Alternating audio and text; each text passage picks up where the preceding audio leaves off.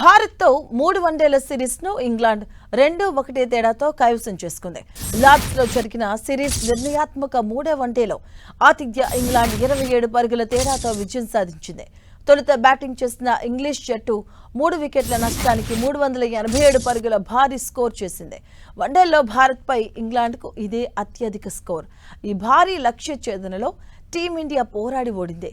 7 వికెట్లు కోల్పోయి 360 పరుగులు చేసింది. రోహిత్ శర్మ సెంచరీ వృధా అయింది. విరాట్ కోహ్లీ, కెప్టెన్ శుభ్మన్ గిల్ హాఫ్ సెంచరీస్తో రాణించిన టీమిండియాకు ఓటమి తప్పలేదు. ఇషాన్ కిషన్, కేఎల్ రాహుల్ తక్కువ స్కోర్కే వెనుదిరిగారు. శ్రేయస్ అయ్యర్ డెకౌట్ అయ్యాడు. ఇక ఇంగ్లాండ్ బౌలర్స్లో Sam Curran 4, Adil Rashid, Jacob Bethell, Jofra Archer చెరో వికెట్ పడగొట్టారు. ఇక తొలుత ఇంగ్లాండ్ బ్యాటర్స్లో ఓపెనర్ బెన్ డెకెట్ సెంచరీతో విరుచుకుపడగా మరో opener Jacob Bethell century miss చేసుకున్నాడు. ఇక జో రూట్ మరోసారి రాణించాడు. చివరిలో జోస్ బట్లర్ మెరుపులు మెరిపించాడు. చివరి 3 ఓవర్స్లో భారత బౌలర్లు ఏకంగా 62 పరుగులు సమర్పించుకున్నారు. ఇదే టీమిండియా కొంప ముంచింది.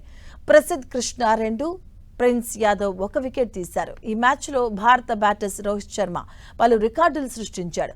84 బంతుల్లో సెంచరీ చేసి లార్డ్స్ మైదానంలో వన్డేలో సెంచరీ చేసిన తొలి భారత బ్యాటర్గా రికార్డుల్లోకి ఎక్కాడు. ఇక వన్డే చరిత్రలోనే ఎక్కువ వయసులో సెంచరీ సాధించిన భారత ఆటగాడిగాను నిలిచాడు. ఇంగ్లాండ్ గడ్డపై వన్డేల్లో అత్యధిక సెంచరీలు చేసిన పర్యాటక ప్లేయర్గాను హిట్ మ్యాన్ రికార్డు నెలకొల్పాడు.